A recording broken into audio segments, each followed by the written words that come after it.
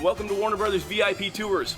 My name is Gary Larimore, and I'll be taking you on tour of this 110-acre facility. While out there, we're going to be seeing our backlot sets where we film all of our exteriors, and also we'll go into 29 different sound stages and see how we film a TV show or a feature film on the interiors as well. So there's a lot of other surprises out there.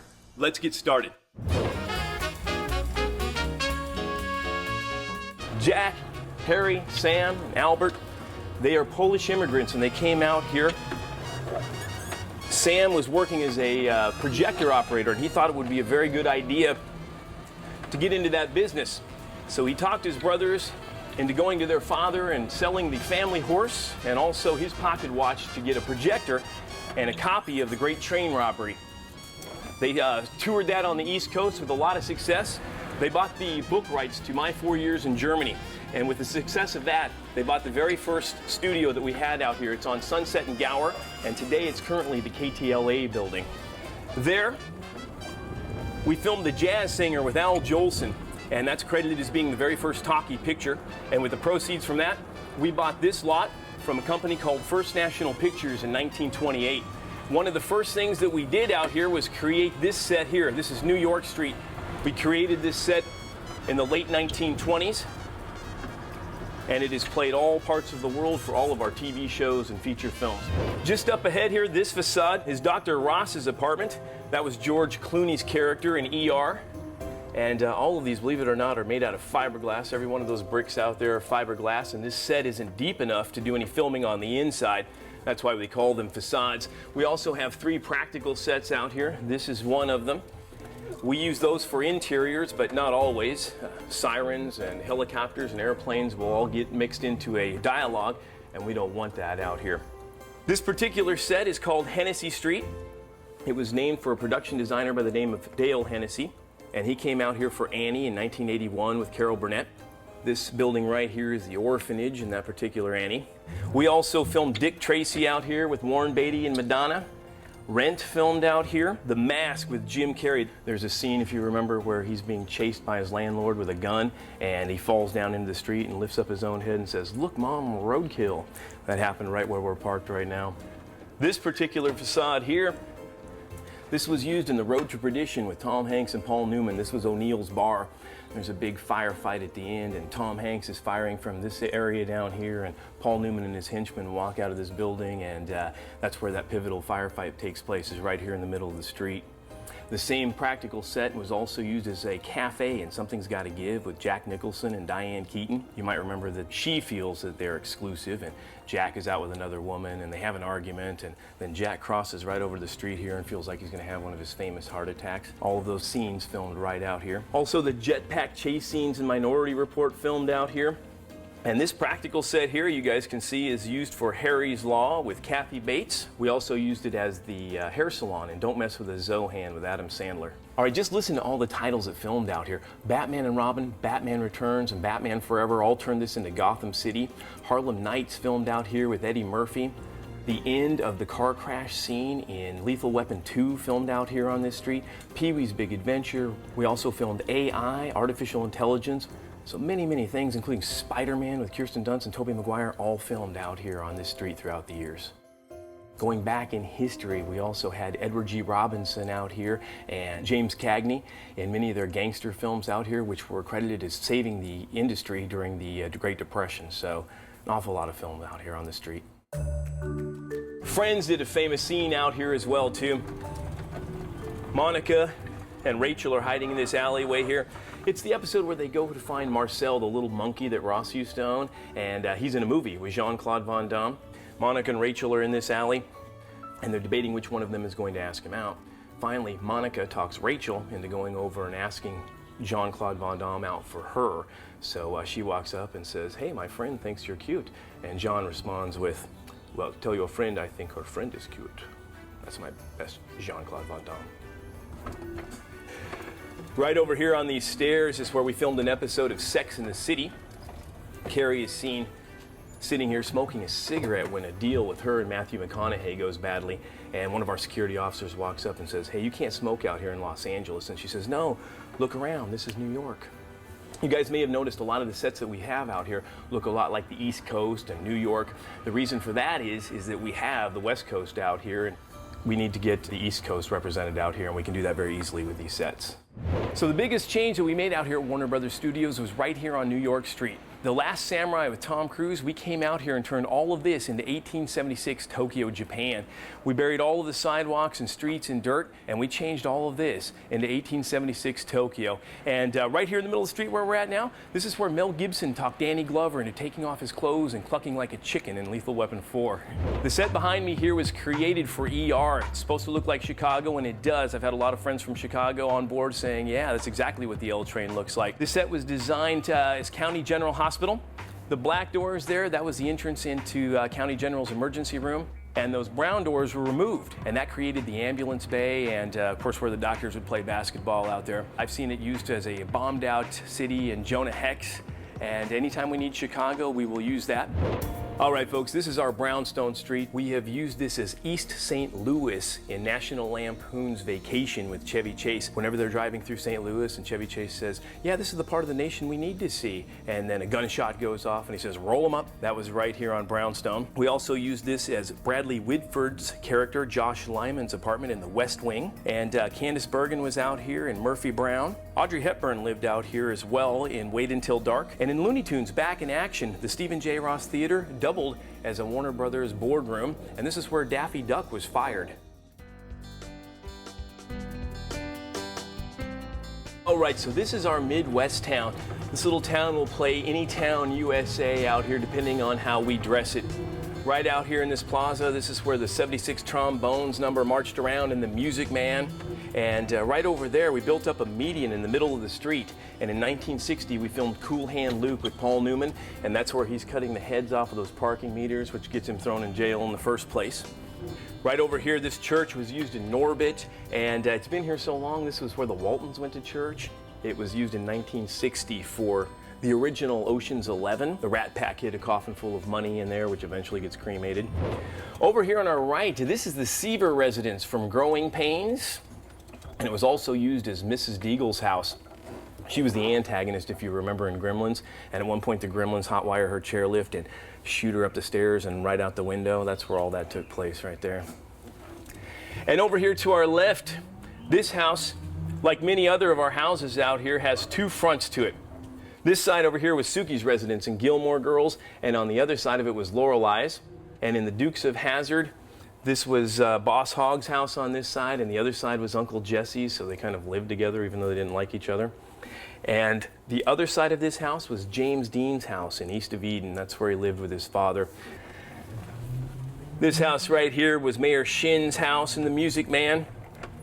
And in Terminator Sarah Connor Chronicles, there's a really cool scene where a lot of the human hostages are being chained to the floor. And we had green screens on the outsides, and anytime the door is open, you get a peek of nuclearly destructed Los Angeles out the doors. We call this street Kings Row, largely because of this house right here. This was Ronald Reagan's house in the film Kings Row. The famous line, "Where's the rest of me?" And that line also became the title of his 1967 autobiography. He was the actor who did the second most amount of films out here with us, Bette Davis being the first. 8 years ago, we filmed the very last episode of Friends, and we archived all of the sets from Central Perk. They're in here right now. Let's go take a look.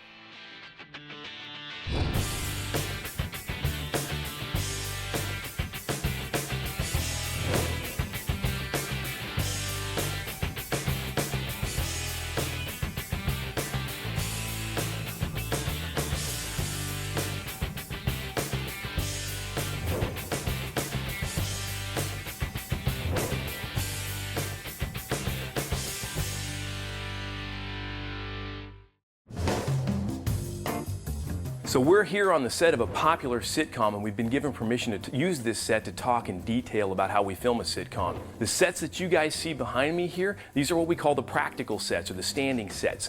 These sets, 90% of them will be used for all of the scripts, but we also have something called swing sets, and those sets, per the script, are built up as need be. We say that we swing them in and swing them out. So we've got some apartments back here. Those will all be used for the filming for the most part, but we still need to go to bars and restaurants and basketball courts. Those will be built up on the sides of the stage as the script calls for. Here on a sitcom, we film live before a studio audience. You guys can see the bleachers behind you over here. And above those bleachers are microphones, and we record the audience's laughter. There's a big misconception that we still use pre-recorded laughter in our sitcoms, but that's not true. All of the laughter that is heard is recorded that night from the audience that was present. The day looks like this in here in a sitcom. In a 1 week period of time, we record 1 episode. So that's 5 days. These guys get their script on the first day, and 5 days later they have to have all of their scripts memorized. There's no teleprompters or cue cards. They have to go all from memory in front of a live audience. So 3 to 4 weeks later, that will be edited and it'll be on the network so that you guys can watch it. Over here on our right is our parking garage. It's just a parking garage for our employees and their guests. But right underneath it on the main level here is 60,000 square feet of seamstresses and tailors that make up our costume department. Currently in the windows, we have costumes, original costumes from The Music Man. Under us and under the parking garage is a huge warehouse. That warehouse has over 12 miles of costumes if you were to put the racks end to end down there. 30,000 pairs of ladies' shoes alone and 12,000 hats all on display waiting to go into the next feature film or television series out here. Just up ahead here is the Bridge Building. It's one of the largest buildings that we have out here. It's mostly human resources and financial department, but we also will use it for filming. In fact, all of these buildings, including our parking structures, will be used for filming as well. There's an episode of Gilmore Girls, one of my favorite scenes out here. They turned this into LAX, and we had cabs and people walking by with luggage, and very convincingly made this area into LAX. It's also used as hospitals on several of our shows, and in The Mentalist, it was a helicopter rental facility that got blown up. This played a Mexican food restaurant in the West Wing. Zoe, the president's daughter, wants an authentic Californian Mexican restaurant experience, and of course the president shows up and it becomes a big media event instead. Right over here, there's an episode of Chuck. This is where Chuck's mom shoots him, right out here in this plaza. We are now entering Warner Village.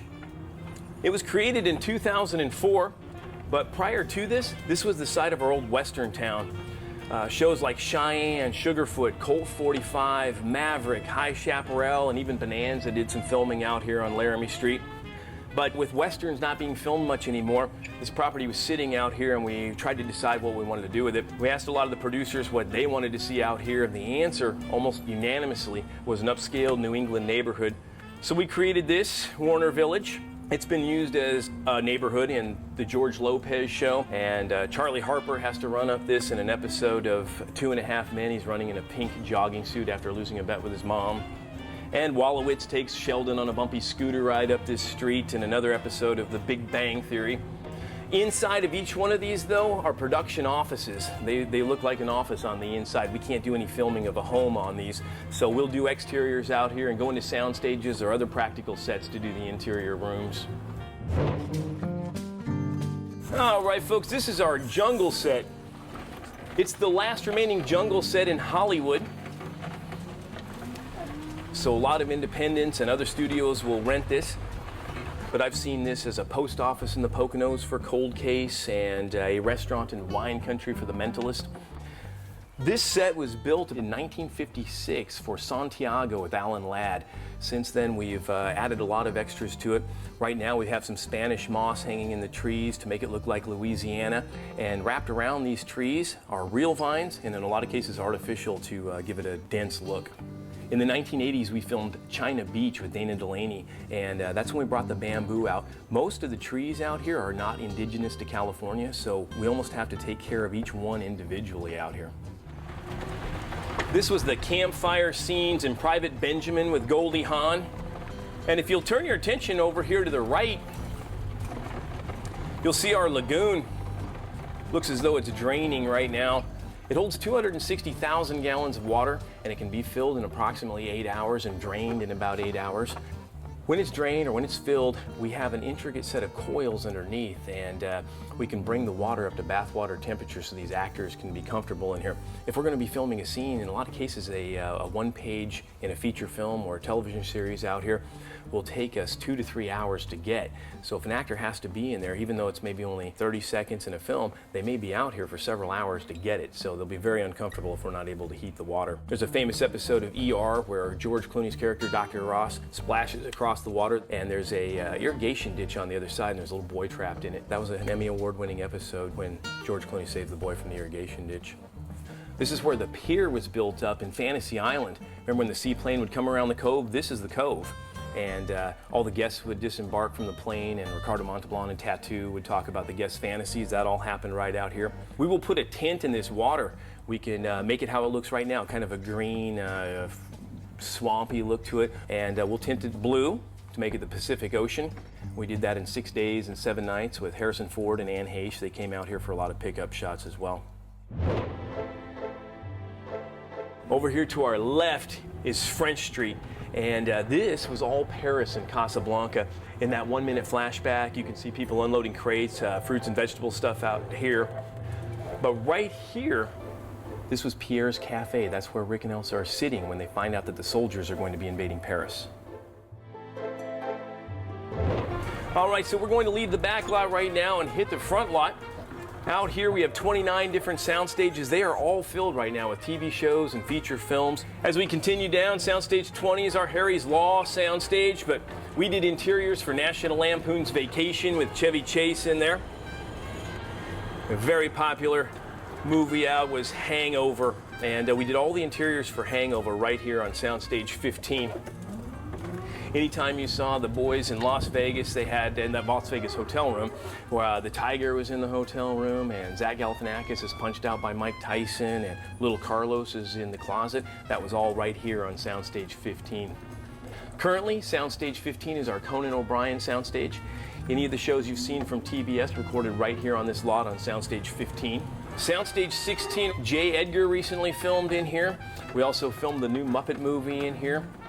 Indiana Jones and the Kingdom of the Crystal Skull did the cave interior scenes in here. And the Stay Puft Marshmallow Man scenes from Ghostbusters also filmed right here on this soundstage. But this is where we filmed Batman and Robin, Batman Returns, and Batman Forever. And our very first television show that was ever on the air was Cheyenne. And that was the very first hour-long television show that was out as well, too. Soundstage 22, currently we have Burt Wonderstone in there. That is our Shameless soundstage and Cold Case film there.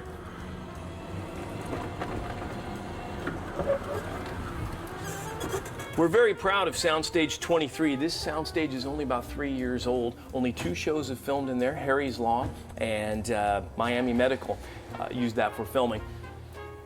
This is a green soundstage. It was built with 90% recycled material. It has solar panels on the roof, and this asphalt that's around the soundstage is very much like a sponge. It's porous, so it allows the water from rain or any water that comes off this building to be replaced into the groundwater supply, so there is no longer a shortage. Now we're entering our mill. If you think about our studio in 1928, there were no hardware stores out here and such. This is all farmland, so anything that we needed, we had to supply out here. We still do that today.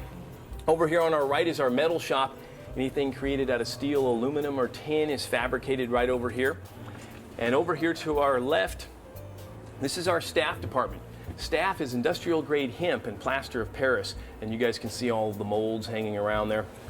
Our fiberglass department is right there in the back. All of those bricks that we saw on the outside and the rocks as well, that is all done over there. And right up close here, we have our plastics department. The interiors are done in plastic. Fiberglass holds up better outside, so we use it outside, and plastic is what we use for the interiors as well. Right at the bottom of this stairs here is the ViewTech printer. That printer allows us to print formats of 16.5 foot by 150 foot. All of our backdrops for Two and a Half Men, Big Bang Theory, Mike and Molly, and even The Hangover. When Bradley Cooper first walks in and he goes, "Yeah, now that's Vegas, baby." Remember, we filmed all of the hotel room scenes on soundstage 15, so outside that backdrop is nothing more than a big digital image of Las Vegas. All right, this is set design and set construction. It is what it sounds like. We design and build all of our sets out here. Each one of these spaces, all of this yellow line out here, segregates our different shows, so that way Two and a Half Men and Big Bang Theory aren't sharing resources and we can bill them out properly. We build each one of the sets out here on the floor so that we know that it goes together properly and works the way we want it to. And then we break it down. We stack it up on these big A-frame dollies over here and haul it out to its soundstage and rebuild it again. And that's where it becomes a part of history. You can see several of them in various stages out here right now.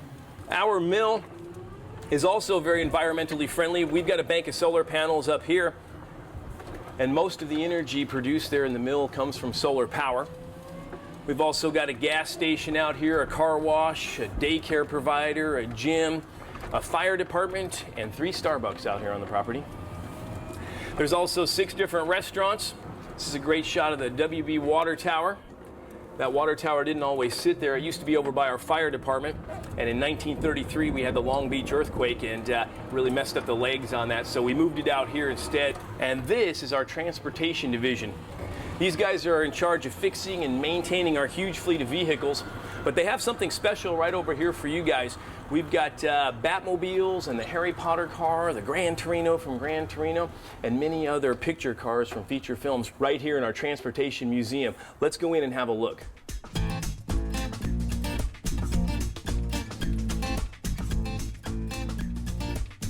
Welcome to the Warner Brother Car Museum. I want to introduce you to some of our very valuable assets here, and the assets being our picture cars. The car to my right is a vehicle that we used in Get Smart, and it's a Sunbeam. And over here is the Gran Torino that was used in Gran Torino.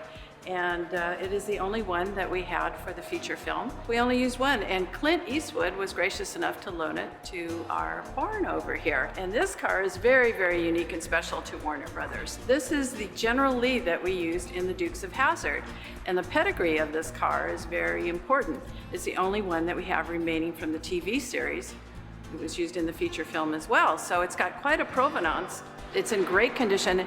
Actually, this car was voted the most unique and special picture vehicle of all time. And the reason being, it's been replicated so many times. So there's lots of General Lees around, but real ones, not. And this vehicle is on loan, and it is the Mercedes-Benz that we used in Hangover 1. And I think we can all remember it, and especially this particular version of it, because it did actually seat the tiger. So it is rather special. There were 4 of those that were used in the film. And of course, our Matrix vehicle. This is a 1965 Lincoln Continental that was used in Matrix 2. And it's pretty cool because it has the suicide doors, and we like it around here. We'll enjoy it, and that's Agent Smith over there. But we can't ignore our very, very important asset, and this is the Mystery Machine from the feature film, Scooby-Doo 2, and it was shot in Canada, and we brought it back here. So this is our Mystery Machine, and I think of anything on wheels as some form of transportation. Ergo, put in the cryogenic chamber that was used in the Green Lantern. This is Abun Sur, and this was used in the Green Lantern. And this is the Dodge Challenger that was also in the film. These are our Batmobiles that we currently have on display. So I always reference the Batmobiles by the actors' names. So this is our Michael Keaton Batmobile, and it has a very Art Deco look to it, and it does travel. This car goes about 35 miles an hour. And this Batmobile over here is the Val Kilmer Batmobile, and this has a different look. It's more cagey, it used lights in the wheels and in the framework, and also it has the fins in the back of the vehicle that open and close. So they all have a different look. This is called the Basket Nabber, and this was used in Yogi Bear. And as you can tell, it's all made from different bits and pieces of campsite. So it arrived from New Zealand, boxed and crated with no instructions. And fortunately, we have incredibly capable, skilled, and talented mechanics who could figure this out and put it together. And this is just so cute, I think. And over here is the Jaguar, or AKA Shagwire from Austin Powers, and I think you can sort of sense the British theme here. This is a nice car. It runs well, and it's fun to take out and drive around the lot, so it is in good shape. And when you see people on tours come here, just how important and how unique cars are to people all over the globe. And everyone relates to one another car in a different way. And that's what I like so much. But we've had people from Saudi Arabia and Korea and England, and everybody comes through here. And this is one of their favorite spots to stop on the tours. Come on by anytime, I say. You never know what you'll find in here. All right, so we're going to go into our museum right now. Upstairs is all devoted to Harry Potter, so if you're big Harry Potter fans, you're definitely going to want to go upstairs and take a look around.